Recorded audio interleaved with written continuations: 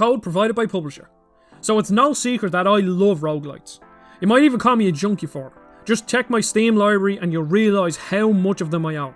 Before last year, the only true FPS roguelite that I played was Ziggurat, and I really enjoyed that game, but something felt a bit low budget about it. Last year, however, I got a chance to preview and review BPM bullets per minute.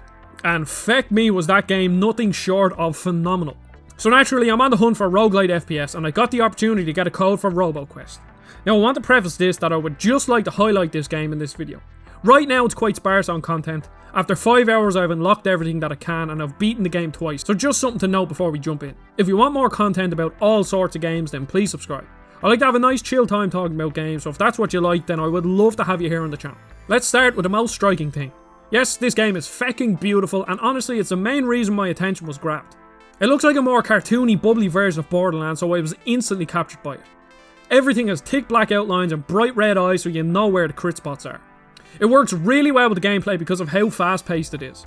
No enemy ever dissolved into the background or anything like that, so the game was designed extremely well from that standpoint. The enemy designs are reminiscent of some Jetix or Cartoon Network cartoon from the early 2000s, so they somehow felt nostalgic. There was a decent variety in enemies here for early access. You have beautifully striking visuals and it only gets better when you jump into the gameplay. Imagine Doom as a roguelite, extremely fluid movement and some amazing weapons to go with it. I'm always worried about budget shooters as their weapons have a tendency to feel a bit meh, but Roboquest just says, feck off, take some amazing weapons. I would say that the gunplay feels better than Borderlands.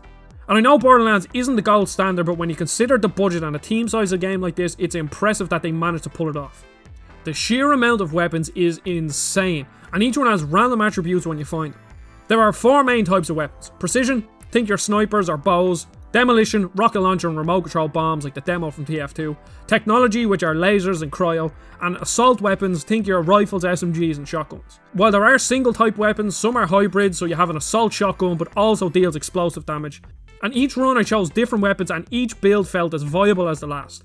One run I might focus on blowing everything up or pick precision weapons so I can pop heads or eye sockets out of the robots. On top of the weapons you have mods that improve your stats and different characters to choose from. Each character has their own ability and passives that change them up a bit, but I would have preferred if the playstyles felt slightly more varied. One has a cloak ability, another has a turret, but aside from using these every now and again, I was still just running around shooting the exact same way. You pick up perks that can improve your stats so you can further go down one path in a run.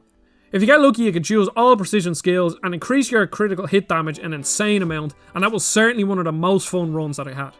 The levels are randomly generated with some secrets scattered throughout, but nothing too major. They look really nice and are fun playgrounds for gameplay, but a small bit of variety would be nice as I noticed a lot of recurring rooms. Progression is handled well, so it's nice when roguelites have background progression that isn't tied to your skill. Spelunky is one culprit for this. The only thing keeping you going is your own want to improve your skill. Other than that, there's no progression. As you explore the levels you get wrenches that are used to buy upgrade in the base camp. Things like hold more weapons, a jetpack, get rerolls for your perk, things like that, and I enjoyed what was there, but once again there isn't enough as of right now. So currently there are 3 levels with 3 bosses, and this is where I tell you just to keep your eye on it. Roboquest is an extremely fun game, but with such little content that the €17 price tag is a bit steep right now. What is already there is amazing, and with a bit more content this could be a must buy for any lover of the genre. I don't think it'll ever be on the level of Binding of Isaac for content, but there's nothing wrong with the roguelike that you pick up for say 30 hours and put down. I just hope it gets there in time. Now there's a spring update hopefully releasing soon, so I'll leave a follow-up comment or even a video if it changes my mind. I really appreciate your time. Are you interested in Roboquest after watching this video? Don't forget to subscribe and I'll see you all on the next video.